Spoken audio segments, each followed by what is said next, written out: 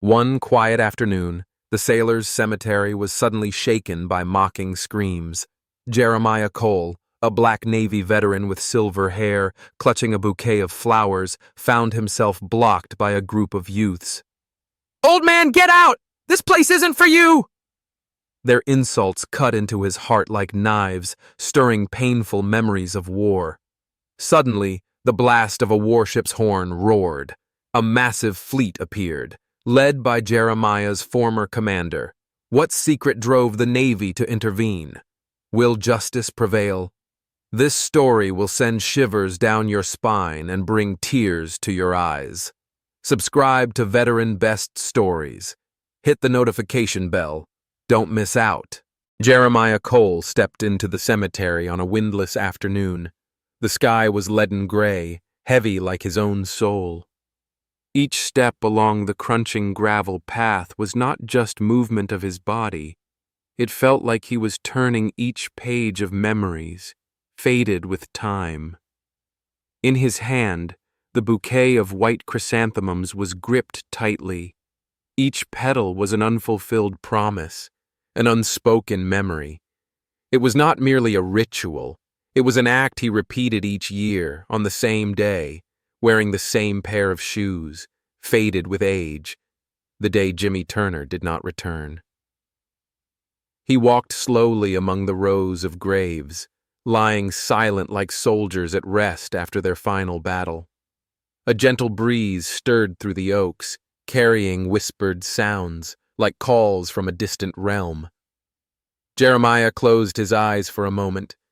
He let the wind guide him back to the past, back to the days when he was a young sailor, rifle in hand, eyes fixed on the horizon across the Pacific, shrouded in smoke and fire.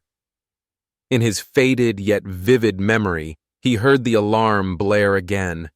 He felt the deck shudder as a torpedo struck the hull. And he saw Jimmy, his friend, his brother, the one he had never ceased to miss, turned to look at him one last time, his eyes reflecting an eerie calm amid the hell on earth. That was the final moment before Jimmy collapsed, before Jeremiah's world shattered forever. Lost in those memories, he barely noticed the unfamiliar footsteps cutting through the silence, until a burst of mocking laughter erupted, dry and brazen, tearing apart the sacred stillness of the place. Jeremiah looked up. He saw a group of youths standing before him. They wore no uniform. They bore no sign of understanding or respect. Their gazes were unflinching, cold, disdainful. "What are you doing here? Go home, old man," one of them sneered, his tone thick with mockery, echoing among the tombstones like a knife to the heart. Jeremiah stood motionless, as if his feet were buried in the cold ground. Within his aged chest, his heart tightened, not out of fear, but from a sorrow that took his breath away. All the years he'd survived the war, all the losses and silent suffering, now they were denied by such a callous remark. He wanted to say something. He wanted to shout that he had been a sailor, that he had held Jimmy's hand on the brink of life and death. He wanted to explain that these flowers were not mere custom. They were symbols of friendship, of loyalty, of a past that the next generation couldn't comprehend. But his throat tightened. His words turned to stone. A wave of anger surged within him, fierce like a stormy sea. Within him raged a tempest, rage, pain, and the feeling of being forgotten. But he did not lash out. He only squeezed the bouquet tighter. His fingers trembled from holding it in. He looked directly into those blank, unfeeling eyes, not in defiance, not in fear, only with a heaviness that reached to the depths of his soul. He slipped past them without a word, as if no one could stop this fated visit. Each step seemed to extinguish a flame of wrath, leaving in its place a chill serenity. He reached the grave engraved with Jimmy Turner's name. He knelt down gently. The bouquet of white chrysanthemums was placed there, amid the wind and the nameless fragments of memory, like proof that friendship could not be erased by time or neglect. And then he sat there, silent as a stone. Within him lay a world lost. There was no need for words. The man beneath that grave had understood long ago. In the cemetery's cold expanse, he and Jimmy, even separated by the wall of life and death, still shared the most sacred thing: undying loyalty, and a pain only those who have lived to lose could ever truly understand. Heavy footsteps echoed, drawing closer and closer. Jeremiah didn't need to look up to know whose they were. His breath came in ragged gasps, not from fear, but from the torment churning in his chest. The leader's voice rang out, cold and sharp as a blade. "This place isn't meant for someone like you." Those words fell on Jeremiah's ears like an old, worn-out tune. But this time, in this sacred place he had always regarded as his final sanctuary, they stung more painfully than ever. His entire life he had grown accustomed to scorn: the skeptical glances aboard ship, the sideways looks in the streets, the whispers behind his back when he returned home, not with honor but bearing unseen wounds. Yet this was the cemetery of the fallen. This was where Jimmy rested, and such insult in this place was something he had never been prepared to receive. His heart tightened as if squeezed by an unseen hand. Each breath grew heavy, as if even the wind carried rejection. Jimmy's image surfaced in his mind, vivid as if he had never left. That mischievous grin before deployment, that warm, resonant voice on a cold night atop the ship's deck, and that final handshake, firm, as if to pass along every ounce of faith. Those memories surged within him, driving back the mocking laughter of the youths before him, yet layering his pain even deeper. Jeremiah spoke not a word. He did not need to. In his mind, the responses were ready, but his throat locked up, sealed by all the years he had endured. He wanted to turn away, to avoid those scornful eyes, but his feet felt nailed to the ground. The wind suddenly gusted stronger, sweeping dry leaves into a rustle like footsteps silently retreating into the past. And amid that storm of emotion, he heard a voice, low, faint, yet unmistakable. "You don't belong here." Those words did not come from the youths. They came from within, from the darkest recess of his soul, where war and rejection had beaten him down to exhaustion. It was the voice of doubt, of scars that had yet to heal, of nights he had spent wondering if their sacrifices still held any meaning in a world that had forgotten. Yet, in that very moment, something else awoke, soft as the first ember in darkness, fragile, yet unyielding. Jeremiah recalled Jimmy's words before leaving on their final deployment, when both still held hope. "I know you're stronger than you think. No matter what happens, don't ever give up. Do you promise me that?" That flame, an old faith that had never died, began to spread within him. Not because he sought to prove anything to those young men, but because he had once made a promise not spoken, but forged in the soul, to never turn his back on the memory of the fallen. Jeremiah lifted his head, slowly, but with resolve. He no longer looked at those defiant faces. He gazed instead toward the gravestone, where Jimmy Turner's name was etched in letters dulled by time, yet never fading in his heart. His feet, which had felt bound, now advanced, each step steady, as if he were a soldier once again in the field. The laughter behind him receded into the distance. Yet Jeremiah no longer heard it.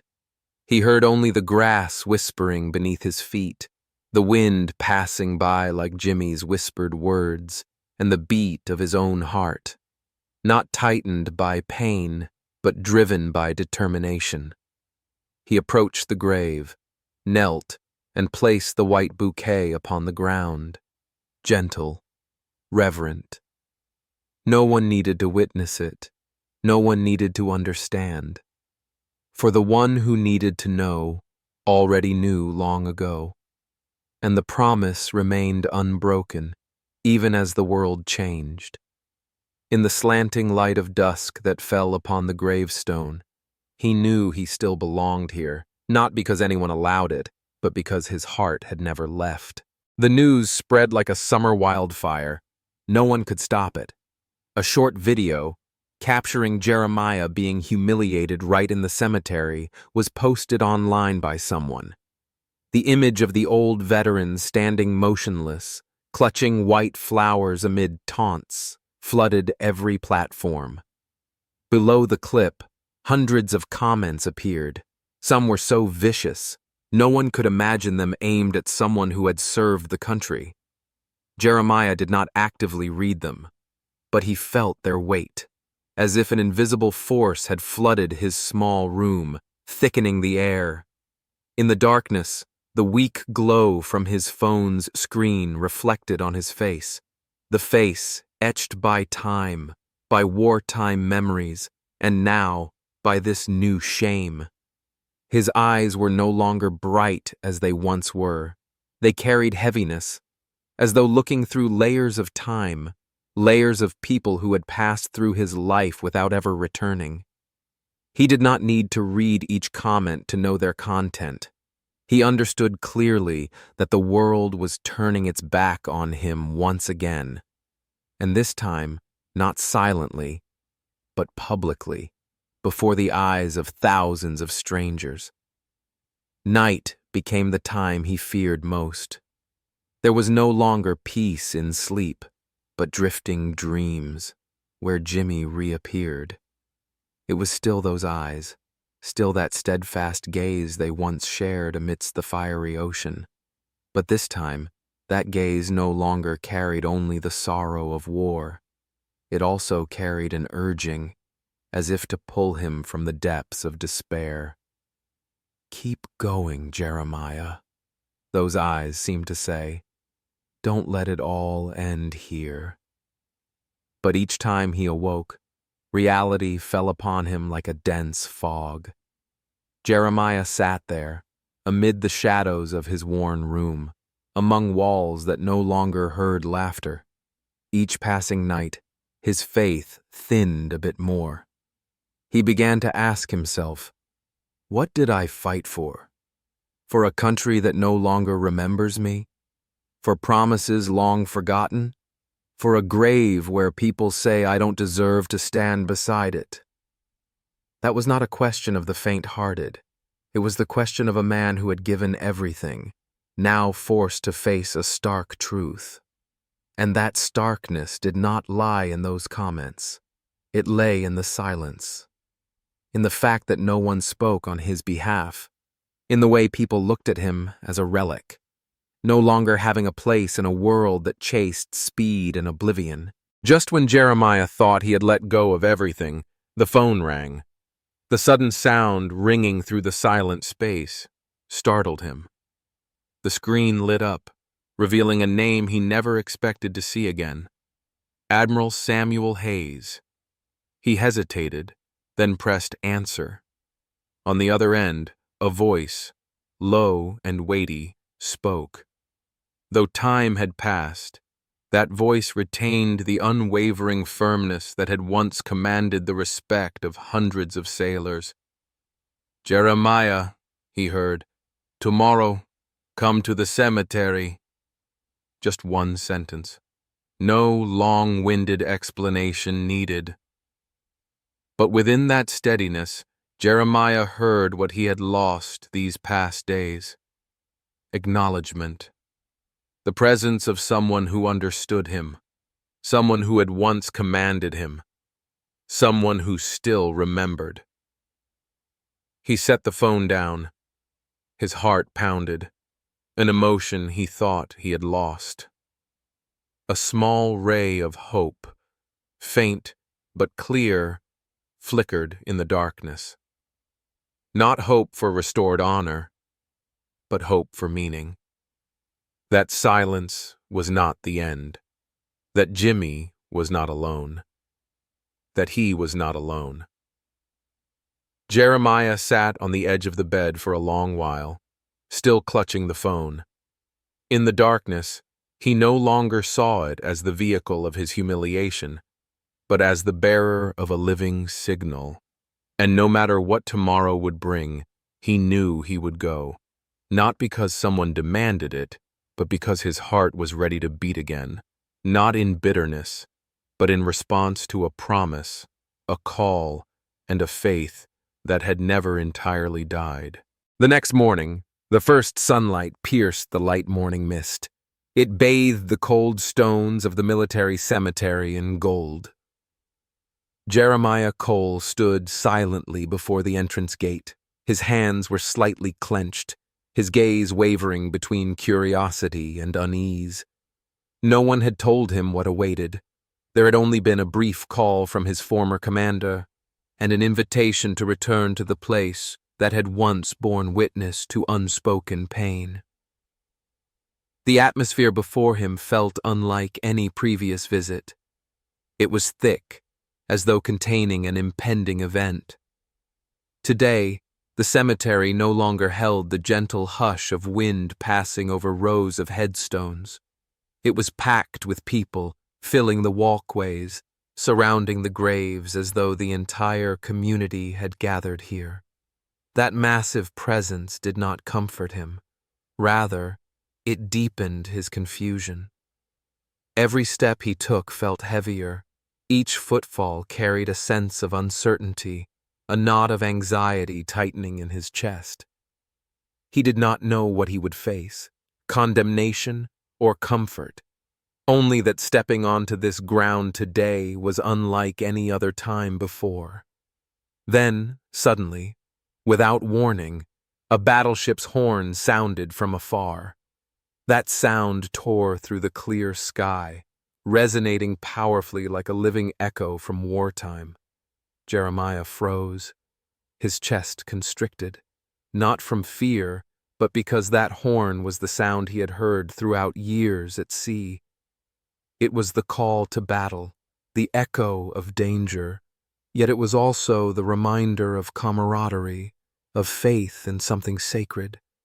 That horn, at a moment in life when sunset seemed near, awoke a part of him he thought had slept forever. From the end of the paved path, a small fleet emerged. Their crisp white uniforms gleamed. Their navy flags fluttered in the wind like sails returning from a storm. And from the midst of that formation, a familiar figure stepped forward. Admiral Samuel Hayes. In full ceremonial dress, his chest adorned with glinting medals, he carried an air of authority, yet remained approachable. In the morning light, he seemed to have stepped out of a long-forgotten memory. Without a single superfluous word, the admiral advanced straight toward Jeremiah. His gaze was unwavering, not seeking answers, but carrying the clarity of a man who knew why he was here. When he placed his hand on Jeremiah's shoulder, no words were needed. Jeremiah understood. He was no longer alone.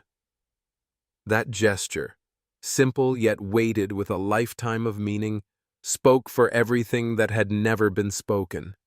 Saying nothing, the admiral guided Jeremiah toward the heart of the cemetery. The crowd fell silent, as though everyone understood that this moment required no interruption.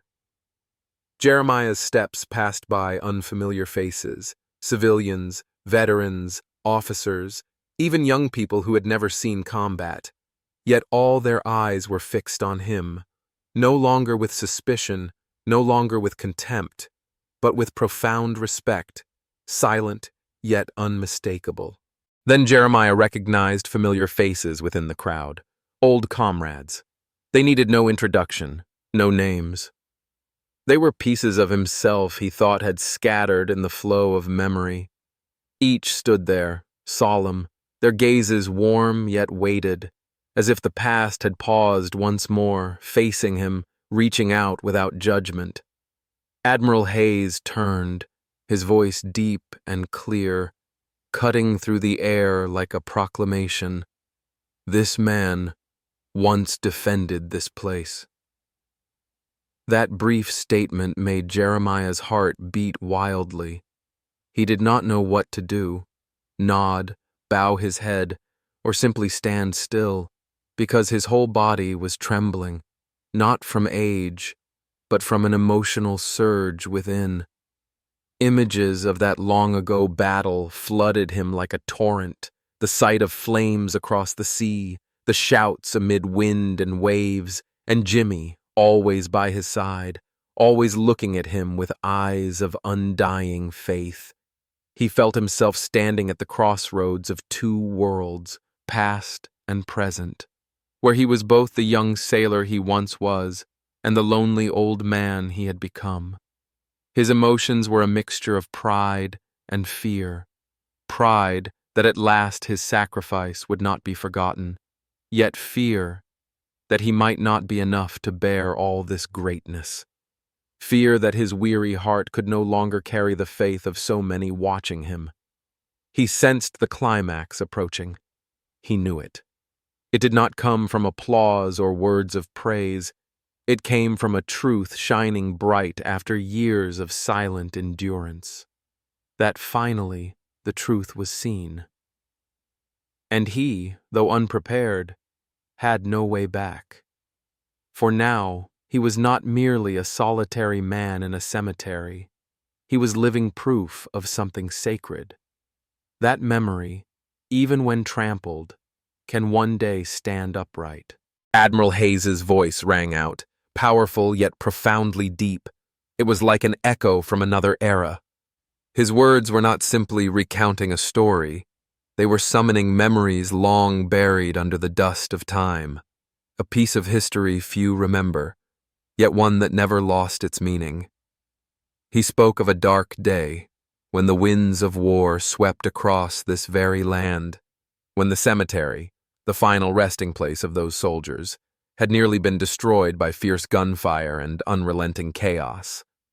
Standing amid that battlefield was a young soldier, Jeremiah Cole. He bore no high rank, he had no gleaming medals, he was merely a sailor. Yet in the midst of overwhelming panic, when others fled or stood silent in helplessness, Jeremiah led a small group of the brave into the most dangerous zone. Not to claim victory, but to protect the resting places of the fallen. Those white headstones could not rise on their own, and Jeremiah became a pillar for that memory, a silent pillar, not seeking reward. He did not seek fame. The only thing he carried into that storm was a promise to a friend, to Jimmy Turner.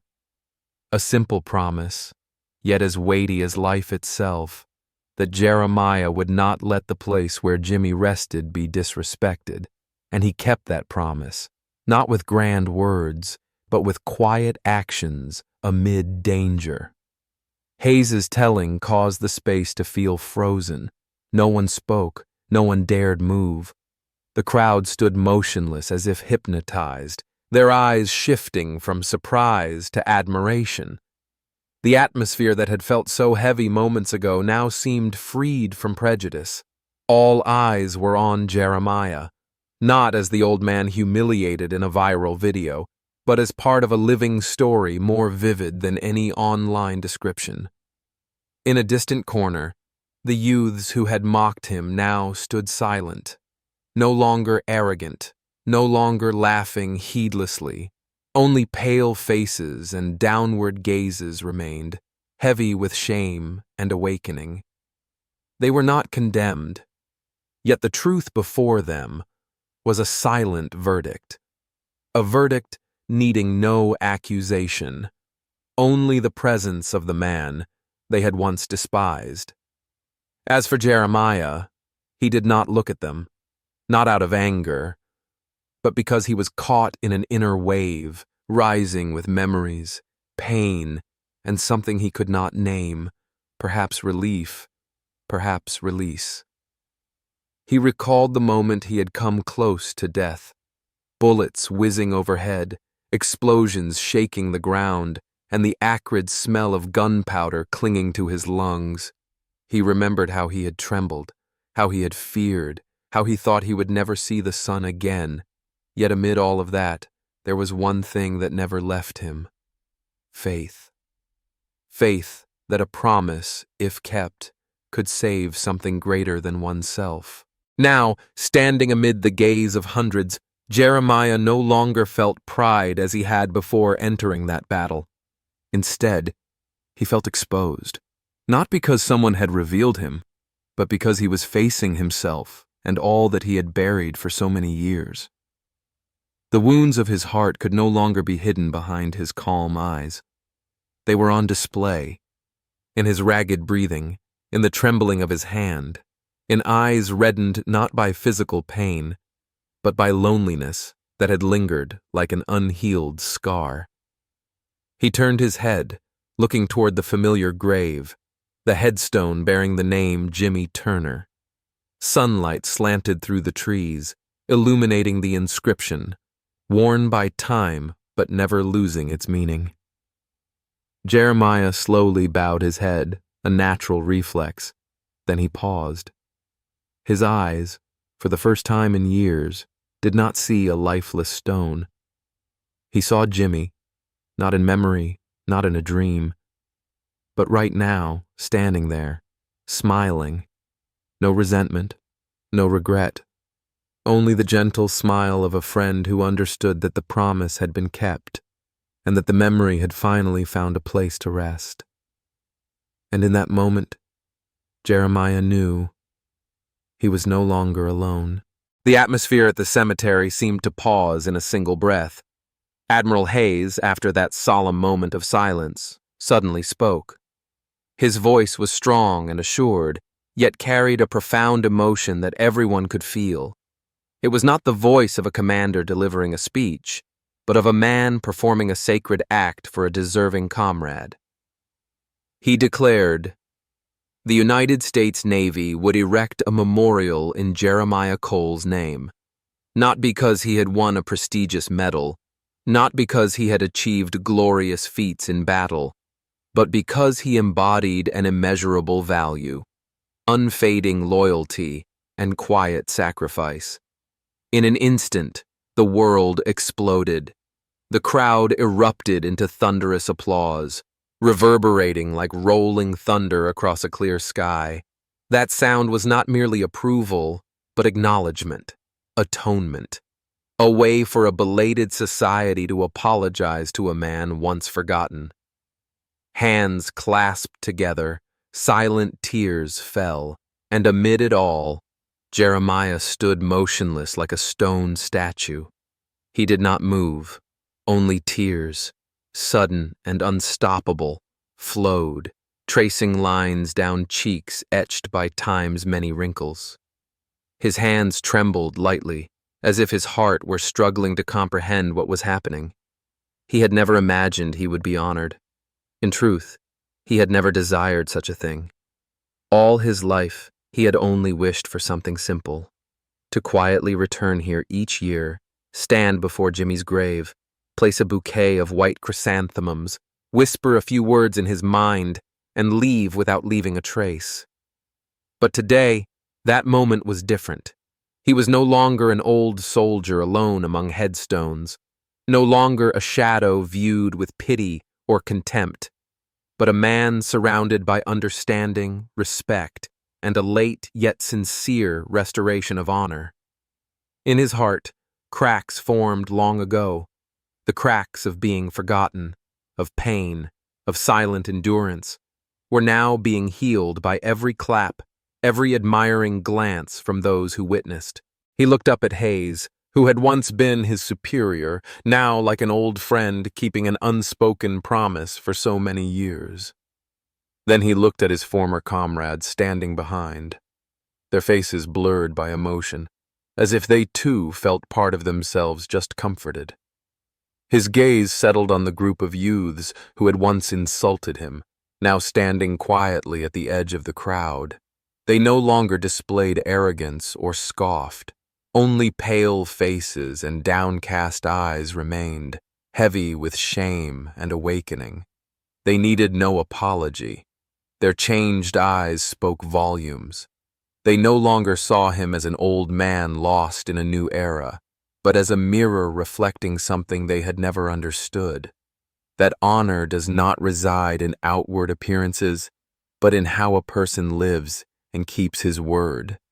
And then, for the first time in many years, a genuine smile spread across Jeremiah's lips. It was not radiant or ostentatious, but gentle and sincere, like an underground spring finally finding its path. In that moment, he felt something he had thought lost for years. Peace. Not the fleeting peace of trying to forget the past, but the peace born of recognition, of finally no longer having to carry the burden alone, no longer needing to shoulder years of rejection in silence against his own memories. Jeremiah was no longer the humiliated man, no longer a victim of indifference and arrogance. He was living proof of the power of perseverance, of unconditional loyalty, of friendship unbounded by death. And he had triumphed, not with fists, not with revenge, but with patience, with dignity, and with a heart that had never stopped remembering the fallen. That noon, the sky was unusually blue. Birds soared across it, carrying the sound of freedom. And beneath that vast sky, Jeremiah stood tall, no longer bowed, no longer hiding. He was a soldier, always had been, and now he was truly home. Jeremiah Cole's story stands as living proof that loyalty and quiet sacrifice can triumph over every humiliation and prejudice. He did not fight for recognition, yet the truth found its way to him, like light dispelling darkness. For an American audience, this tale serves as a reminder that every soldier, regardless of background, carries a story worthy of honor. Subscribe now to Veteran Best Stories to discover more inspiring journeys. Share this video to spread gratitude to our veterans, the silent heroes among us. What will you do to honor them? Leave your thoughts in the comments, and join us again at 8 p.m. every Wednesday on Veteran Best Stories.